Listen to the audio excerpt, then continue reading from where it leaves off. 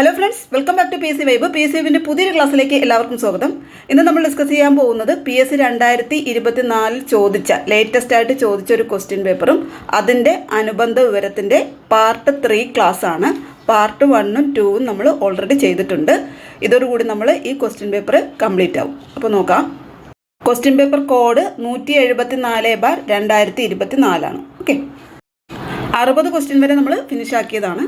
അടുത്ത ക്വസ്റ്റ്യൻ, ഉറുമ്പ് കടിക്കുമ്പോൾ വേദന തോന്നുന്നത് അവ നമ്മുടെ ശരീരത്തിൽ കുത്തിവെക്കുന്ന ഒരു ആസിഡ് മൂലമാണ്. ഏതാണ് ആ acid? Formic acid, acetic acid, lactic acid, citric acid. ഉത്തരം ഓപ്ഷൻ എ ആണ്, ഫോർമിക് ആസിഡാണ്. ഉറുമ്പ് കടിക്കുമ്പോൾ വേദന തോന്നുന്നത് ഏത് ആസിഡാണ്? ഫോർമിക് ആസിഡാണ്. ഓക്കെ, എല്ലാ PSC പരീക്ഷയിലും ആസിഡുമായിട്ട് ബന്ധപ്പെട്ട ഒരു ക്വസ്റ്റ്യൻ ചോദിക്കാറുള്ളതാണ്. വിനാഗിരിയിൽ അടങ്ങിയിരിക്കുന്ന ആസിഡ് അസറ്റിക് ആസിഡാണ്. വിനാഗിരിയിൽ അടങ്ങിയിരിക്കുന്ന ആസിഡ് അസറ്റിക് ആസിഡാണ്. പാല്, തൈര്, മോര് ഇതിലൊക്കെ അടങ്ങിയിരിക്കുന്ന ആസിഡ് ലാക്റ്റിക് ആസിഡാണ്. പാലിലും തൈരിലും മോരിലും അടങ്ങിയിരിക്കുന്ന ആസിഡ് ലാക്റ്റിക് ആസിഡാണ്. ഇനി പുളിയിൽ അടങ്ങിയിരിക്കുന്ന ആസിഡാണ് ടാർട്ടാറിക് ആസിഡ്. പുളിയിൽ അടങ്ങിയിരിക്കുന്ന ആസിഡ് ടാർട്ടാറിക് ആസിഡാണ്. നാരങ്ങയിലും ഓറഞ്ചിലും ഉള്ളതാണ് സിട്രിക് ആസിഡ്. നാരങ്ങയിലും ഓറഞ്ചിലും അടങ്ങിയിരിക്കുന്ന ആസിഡ് സിട്രിക് ആസിഡാണ്. ഉറുമ്പിൻ്റെ ശരീരത്തിലും അതേപോലെ കടന്നലിൻ്റെ ശരീരത്തിലുള്ള ആസിഡ് ഫോർമിക് ആസിഡാണ്. ഉറുമ്പിൻ്റെയും കടന്നലിൻ്റെയും ശരീരത്തിലുള്ള ആസിഡ് ഫോർമിക് ആസിഡാണ്. ഇനി തേയിലയിൽ അടങ്ങിയിരിക്കുന്ന ആസിഡ് ടാനിക് ആസിഡാണ്. തേയിലയിൽ അടങ്ങിയിരിക്കുന്ന ആസിഡ് ടാനിക് ആസിഡാണ്. ആപ്പിളിൽ അടങ്ങിയിരിക്കുന്ന ആസിഡ് മാലിക് ആസിഡാണ്. ആപ്പിളിലുള്ളത് മാലിക് ആസിഡാണ്. ഓക്കെ, നമ്മുടെ ചാനലിൽ ആസിഡുകൾ എന്ന സ്പെഷ്യൽ ടോപ്പിക്ക് ചെയ്തിട്ടുണ്ട്. കാണാത്തവർ പ്ലേലിസ്റ്റ് നോക്കി ഒന്ന് കണ്ടേക്കണേ. അടുത്ത ക്വസ്റ്റ്യൻ നോക്കാം. താപം പ്രേഷണം ചെയ്യപ്പെടുന്ന രീതികളിൽ പെടാത്തത് ഏത്? ചാലനം, സംവഹനം, വിസരണം, വികിരണം. താപം പ്രേഷണം ചെയ്യപ്പെടുന്ന രീതികളിൽ പെടാത്തതാണ് ചോദിച്ചിരിക്കുന്നത്. ഉത്തരം ഓപ്ഷൻ സി ആണ്, വിസരണമാണ്. താപം ഒരു സ്ഥലത്ത് നിന്ന് മറ്റൊരു സ്ഥലത്തേക്ക് പ്രസരിക്കുന്നതിനെയാണ് താപപ്രസരണം എന്ന് പറയുന്നത്. താപപ്രസരണം 3 രീതിയിലാണുള്ളത്. താപപ്രസരണം പ്രധാനമായിട്ടും 3 രീതിയിലാണുള്ളത്: ചാലനം, സംവഹനം, വികിരണം. ഏതൊക്കെയാണ്? ചാലനം, സംവഹനം, വികിരണം. ചാലനം അല്ലെങ്കിൽ കണ്ടക്ഷൻ, സംവഹനം അല്ലെങ്കിൽ കൺവെക്ഷൻ, വികിരണം അല്ലെങ്കിൽ റേഡിയേഷൻ. ഖരപദാർത്ഥങ്ങളിൽ താപം പ്രസരിക്കുന്ന രീതിയാണ് ചാലനം. ചോദിച്ചിട്ടുണ്ട്. ഖരപദാർത്ഥങ്ങളിൽ താപം പ്രേഷണം ചെയ്യപ്പെടുന്ന രീതി ഏതാണ്? ചാലനമാണ്. ദ്രാവകങ്ങളിലും വാതകങ്ങളിലും താപം പ്രസരിക്കുന്ന രീതിയാണ് സംവഹനം. ദ്രാവകങ്ങളിലും വാതകങ്ങളിലും താപം പ്രസരിക്കുന്ന രീതിയാണ് സംവഹനം. ഇനി ഒരു മാധ്യമത്തിൻ്റെയും സഹായമില്ലാതെ താപം പ്രേഷണം ചെയ്യപ്പെടുന്ന രീതിയാണ് വികിരണം അല്ലെങ്കിൽ റേഡിയേഷൻ. ഒരു മാധ്യമത്തിൻ്റെയും സഹായമില്ലാതെ താപം പ്രേഷണം ചെയ്യപ്പെടുന്ന രീതിയാണ് വികിരണം. അടുത്ത ക്വസ്റ്റ്യൻ, താഴെ തന്നിരിക്കുന്നവയിൽ പിച്ചളയുടെ ഘടകമായി വരുന്ന ലോഹം ഏത്? സ്വർണം, വെള്ളി, സിങ്ക്, അലൂമിനിയം. താഴെ തന്നിരിക്കുന്നവയിൽ പിച്ചളയുടെ ഘടകമായി വരുന്ന ലോഹം ഏതെന്നാണ് ചോദിച്ചിരിക്കുന്നത്. ഉത്തരം ഓപ്ഷൻ സി, സിങ്ക് ആണ്. പിച്ചളയുടെ ഘടകമായിട്ട് വരുന്നത് സിങ്ക് ആണ്. പിച്ചള അല്ലെങ്കിൽ ബ്രാസിലെ ഘടകമൂലകങ്ങളാണ് ചെമ്പും സിങ്കും. ചെമ്പും സിങ്കും ചേർന്നതാണ് പിച്ചള അല്ലെങ്കിൽ ബ്രാസ്. ഇനി നമുക്ക് PSC സ്ഥിരമായിട്ട് ചോദിക്കാറുള്ള കുറച്ച് ലോഹസങ്കരങ്ങൾ നോക്കാം. നിക്രോമിലെ ഘടകമൂലകങ്ങളാണ് nickel, iron, chromium. Nickel, iron, ക്രോമിയമാണ് നിക്രോമിലെ ഘടകമൂലകം. ഹീറ്റിംഗ് ഓയിൽ നിർമ്മാണത്തിനാണ് നിക്രോം ഉപയോഗിക്കുന്നത്. അതും ചോദിക്കാറുള്ളതാണ് എപ്പോഴും. ഹീറ്റിംഗ് ഓയിൽ നിർമ്മാണത്തിന് ഉപയോഗിക്കുന്നത് നിക്രോമാണ്. Nickel, iron, ക്രോമിയാണ് നിക്രോമിലെ ഘടകമൂലകങ്ങൾ. ഇനി അൽനിക്കോയിലെ ഘടകമൂലകം. കാന്ത നിർമ്മാണത്തിനാണ് അൽനിക്കോ ഉപയോഗിക്കുന്നത്. അൽനിക്കോയിലെ ഘടകമൂലകങ്ങൾ അലൂമിനിയം, നിക്കൽ, ഇരുമ്പ്, കൊബാൾട്ട്. അൽനിക്കോ അലൂമിനിയം, നിക്കൽ, ഇരുമ്പ്, കൊബാൾട്ട്. ഇനി ബ്രോൺസ് അല്ലെങ്കിൽ വെങ്കലത്തിലെ ഘടകമൂലകങ്ങൾ ചെമ്പും ടിന്നുമാണ്.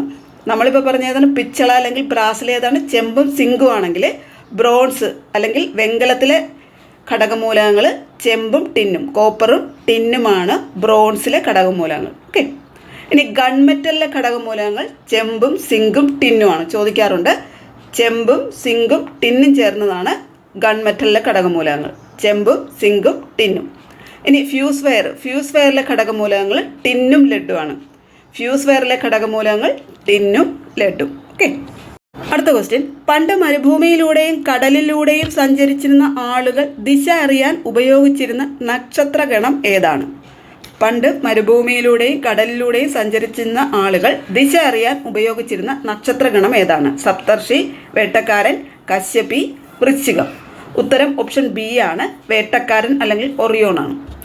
പണ്ട് മരുഭൂമിയിലൂടെയും കടലിലൂടെയും സഞ്ചരിച്ചിരുന്ന ആളുകൾ ദിശ അറിയാൻ ഉപയോഗിച്ചിരുന്ന നക്ഷത്രഗണം. നെക്സ്റ്റ് ക്വസ്റ്റ്യൻ, മൂലകങ്ങളെ ആദ്യമായി വർഗീകരിച്ച ശാസ്ത്രജ്ഞൻ ആര്? Mendeleev, Moseley, Newlands, Lavoisier. ഉത്തരം ഓപ്ഷൻ ഡി ആണ്, ലാവോസിയെ ആണ്. മൂലകങ്ങളെ ആദ്യമായി വർഗീകരിച്ച ശാസ്ത്രജ്ഞൻ ലാവോസിയെ. മൂലകങ്ങളെ ലോഹങ്ങളെന്നും അലോഹങ്ങളെന്നും ആദ്യമായി വേർതിരിച്ചത് ലാവോസിയാണ്. അതേപോലെ തന്നെ ഹൈഡ്രജനും ഓക്സിജനും ആ പേര് നൽകിയത് ലാവോസിയറാണ്. ഹൈഡ്രജനും ഓക്സിജനും ആ പേര് നൽകിയത് ലാവോസിയാണ്. അതേപോലെ തന്നെ ഫ്രഞ്ച് വിപ്ലവത്തിൽ കൊല്ലപ്പെട്ട രസതന്ത്രജ്ഞനും ലാവോസിയാണ്. ഫ്രഞ്ച് വിപ്ലവത്തിൽ കൊല്ലപ്പെട്ട രസതന്ത്രജ്ഞനും ആര് തന്നെയാണ്? ലാവോസിയാണ്. ഇനി ഓപ്ഷൻ എയിലുള്ള മെൻഡലിയഫ്, ആവർത്തന പട്ടികയുടെ പിതാവ് എപ്പോഴും ചോദിക്കാറുണ്ട്. ആവർത്തന പട്ടികയുടെ പിതാവ് എന്നറിയപ്പെടുന്നത് മെൻഡലിയഫ് ആണ്. ഇനി ഓപ്ഷൻ ബിയിലുള്ള മോസ്ലി ആണെങ്കിൽ ആധുനിക ആവർത്തന പട്ടികയുടെ പിതാവാണ് ഹെൻറി മോസ്ലി. മാറിപ്പോകരുതും. ആവർത്തന പട്ടികയുടെ പിതാവ് മെൻഡലിയഫ് ആണ്. ആധുനിക ആവർത്തന പട്ടിക, മോഡേൺ പീരിയഡിക് ടേബിളിൻ്റെ പിതാവാണ് ആര്? മോസ്ലി. ഓക്കെ. ആവർത്തന പട്ടികയിൽ 118 മൂലകങ്ങളാണുള്ളത്. അതിൽ 92 സ്വാഭാവിക മൂലകങ്ങളാണ്. ആവർത്തന പട്ടികയിൽ ആകെ മൂലകങ്ങൾ 118 92 സ്വാഭാവിക മൂലകമാണ് ഉള്ളത്. 92ാമത്തെ മൂലകം യുറേനിയമാണ്. ഇനി ന്യൂലാൻഡ്സ്, ഓപ്ഷൻ സിയിലുള്ളത് അഷ്ടക നിയമം ആവിഷ്കരിച്ചത് ന്യൂലാൻഡ്സ് ആണ്. ചോദിക്കാറുണ്ട്. അഷ്ടക നിയമത്തിൻ്റെ ഉപജ്ഞാതാവ് ന്യൂലാൻഡ്സ് ആണ്. ഓക്കെ. അടുത്ത ക്വസ്റ്റ്യൻ, ചന്ദ്രന്റെ ദക്ഷിണ ധ്രുവത്തിൽ ഇറങ്ങിയ ഇന്ത്യയുടെ ചാന്ദ്രവാഹനം ഏത്? ചന്ദ്രയാൻ 1, ചന്ദ്രയാൻ 2, ലൂണാർ 1, ചന്ദ്രയാൻ 3. ചന്ദ്രന്റെ ദക്ഷിണ ധ്രുവത്തിൽ ഇറങ്ങിയ ഇന്ത്യയുടെ ചാന്ദ്രവാഹനം ഏതാണ്? ഓപ്ഷൻ ഡി, ചന്ദ്രയാൻ 3 ആണ്. ഇനി ചന്ദ്രയാൻ 1 വിക്ഷേപിച്ച വർഷം ചോദിക്കാറുണ്ട്. ചന്ദ്രയാൻ 1 വിക്ഷേപിച്ചത് 2008 2008 ഒക്ടോബർ 22 ചന്ദ്രയാൻ 1 വിക്ഷേപിച്ചത്. 2008 ഒക്ടോബർ 22. അത് വിക്ഷേപിച്ച വാഹനം, ചന്ദ്രയാൻ 1 വിക്ഷേപിച്ച വാഹനം PSLV C-11 PSLV C-11 Chandrayaan 1 വിക്ഷേപിച്ചത്. Chandrayaan 1ന്റെ വിക്ഷേപണ സമയത്തെ ISRO chairman G. Madhavan Nair.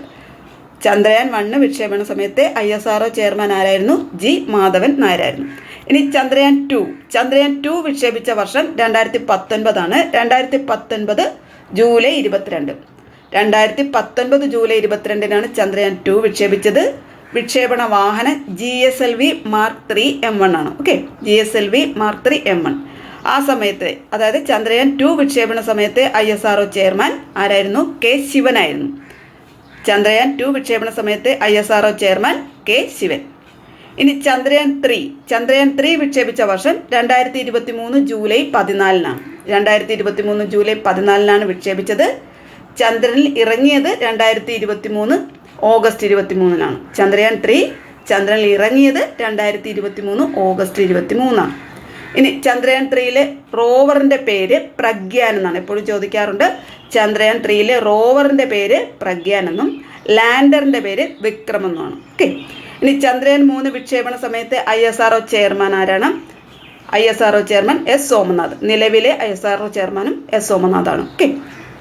Chandrayaan 3 വിക്ഷേപണ സമയത്തെ ISRO ചെയർമാൻ ആരാണ്? S. സോമനാഥ്. ഓക്കെ. അടുത്ത ക്വസ്റ്റ്യൻ നോക്കാം. ചേരുംപടി ചേർത്ത് ശരിയായ ഉത്തരം എഴുതുക. ക്ഷയം, പ്ലാസ്മോഡിയം, എലിപ്പനി, മൈക്കോബാക്ടീരിയം ട്യൂബർക്കുലോസിസ്, ഡെങ്കിപ്പനി, ലെപ്റ്റോസ്പൈറ, മലമ്പനി, വൈറസ്. ഇതിൽ ശരിയായ ചേരുംപടി ഏതെന്നാണ് ചോദിച്ചിരിക്കുന്നത്. ഉത്തരം ഓപ്ഷൻ ബി ആണ്. 1, 2, 2, 3, 3, 4, 4, 1. ഓപ്ഷൻ ബി ആണ് ആൻസർ. 1 ക്ഷയം മൈക്കോബാക്ടീരിയം ട്യൂബർക്കുലോസിസ് ആണ്. ക്ഷയം കാരണം മൈക്കോബാക്ടീരിയം ട്യൂബർക്കുലോസിസ്. ഇനി അടുത്തത് ഏതാണ്? എലിപ്പനിക്ക് കാരണം ലെപ്റ്റോസ്പൈറയാണ്. എലിപ്പനിക്ക് കാരണം ലെപ്റ്റോസ്പൈറ. അടുത്തത് ഡെങ്കിപ്പനിക്ക് കാരണം ഡെങ്കിപ്പനി ഏതാണ്? വൈറസാണ്. അതേപോലെ മലമ്പനിക്ക് കാരണം പ്ലാസ്മോഡിയമാണ്. ഓപ്ഷൻ ബി ആണ് ആൻസർ. ഈ എലിപ്പനിയുമായി ബന്ധപ്പെട്ട് എപ്പോഴും ചോദിക്കാറുള്ളത്, എലിപ്പനി ഒരു ബാക്ടീരിയ പരത്തുന്ന രോഗമാണ്. എലിപ്പനി, എല്ലാ പനികളും പരത്തുന്നത് വൈറസാണ്, എന്നാൽ എലിപ്പനി പരത്തുന്നത് ബാക്ടീരിയയാണ്. ഓക്കെ. ഇനി ഡെങ്കിപ്പനിയൊക്കെ വൈറസാണ്. ഇനി എപ്പോഴും ചോദിക്കാറുള്ളതാണ് കുഷ്ഠരോഗം. കുഷ്ഠരോഗത്തിന് കാരണം മൈക്രോബാക്ടീരിയം ലെപ്രയാണ്. അടുത്ത ക്വസ്റ്റ്യൻ, മന്ത് രോഗം പരത്തുന്ന കൊതുക് ഏതാണ്? മന്ത് രോഗം പരത്തുന്ന കൊതുക് ക്യൂലെക്സ്, ഈഡിസ്, അനോഫിലസ്. മുകളിൽ കൊടുത്തിരിക്കുന്നവയിൽ ഒന്നുമില്ല. ഉത്തരം ഓപ്ഷൻ എ ആണ്. മന്ത് രോഗം പരത്തുന്ന കൊതുക് ഏതാണ്? ക്യൂലെക്സ് പെൺകൊതുകുകളാണ്. ഓക്കെ.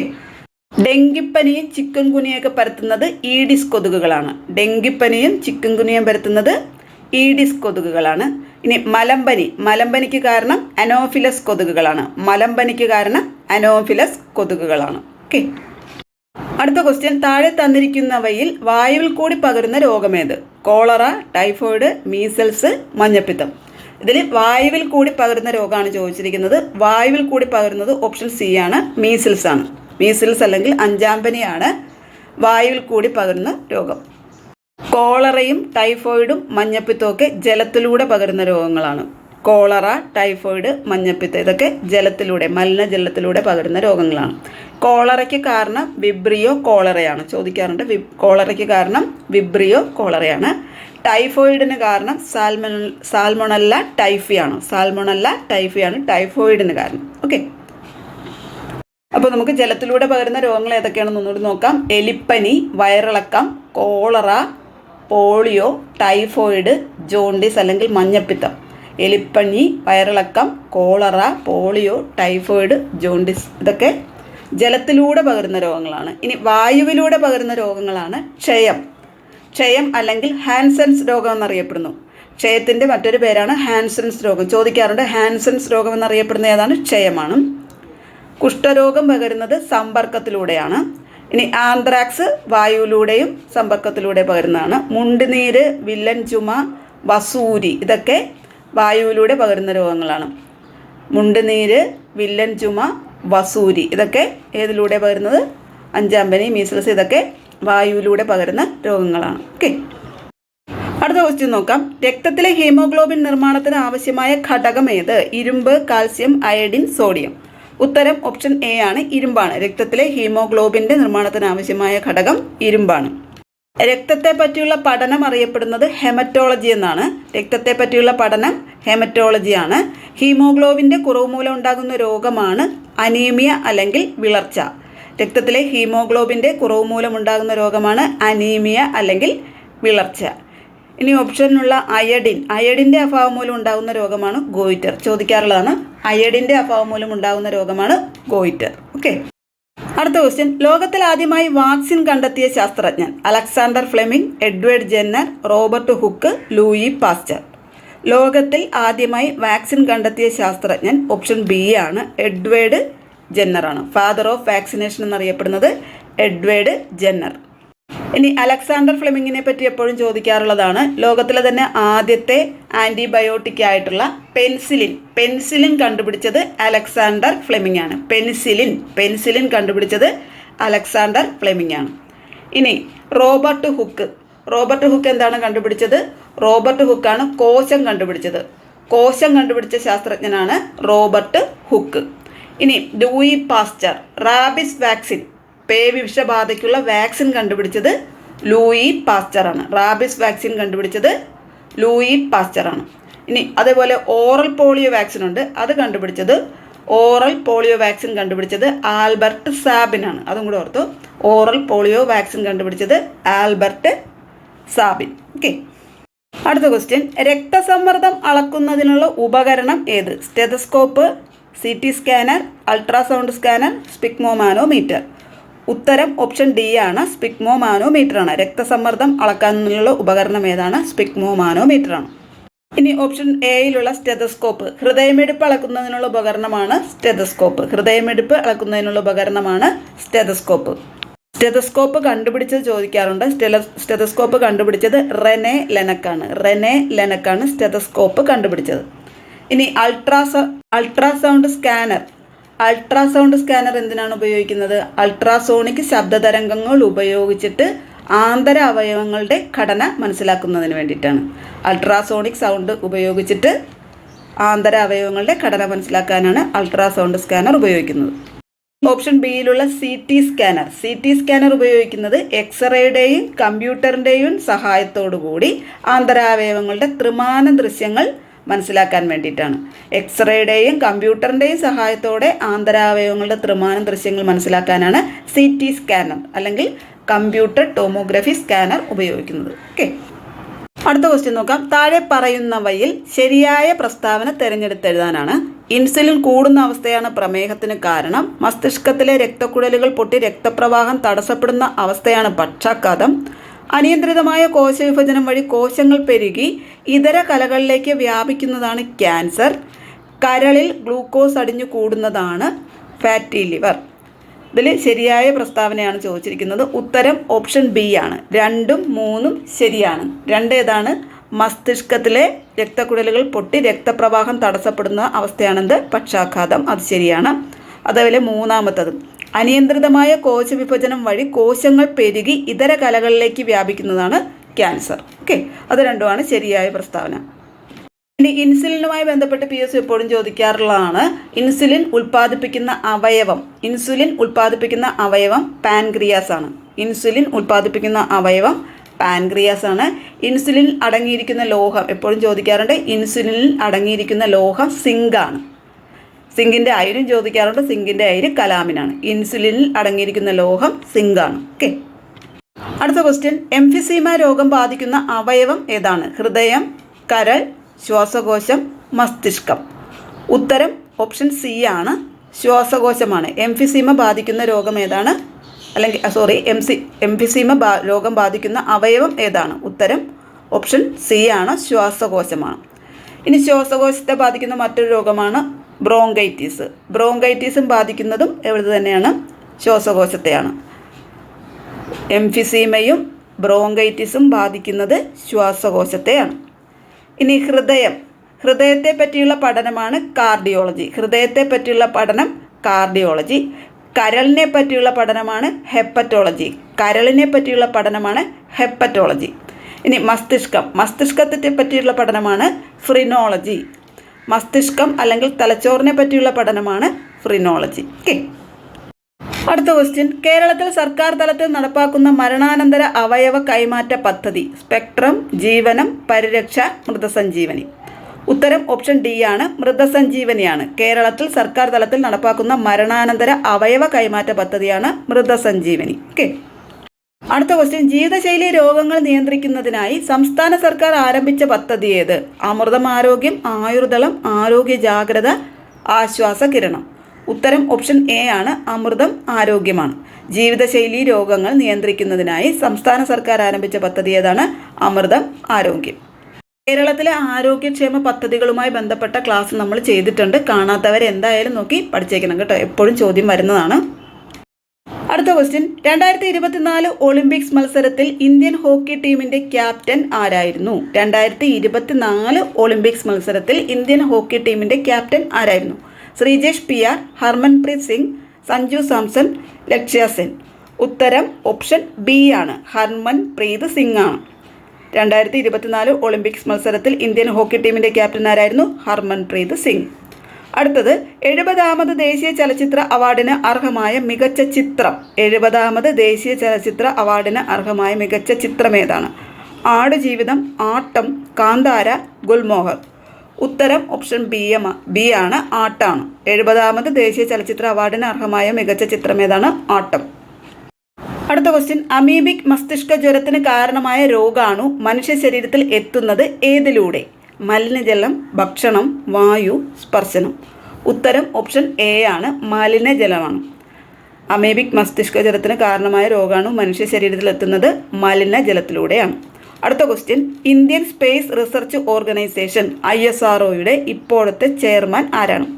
ISROയുടെ ഇപ്പോഴത്തെ ചെയർമാൻ ആരാണ്? K Radhakrishnan, S Somanath, G Madhavan Nair, K Sivan. ഉത്തരം ഓപ്ഷൻ ബി ആണ്, S സോമനാഥാണ് നിലവിലെ ISROയുടെ ഇപ്പോഴത്തെ ചെയർമാൻ S സോമനാഥ്.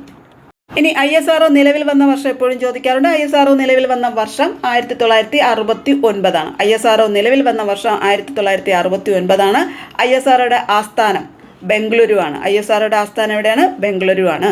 ISROയുടെ ഇപ്പോഴത്തെ ചെയർമാൻ S സോമനാഥാണ്.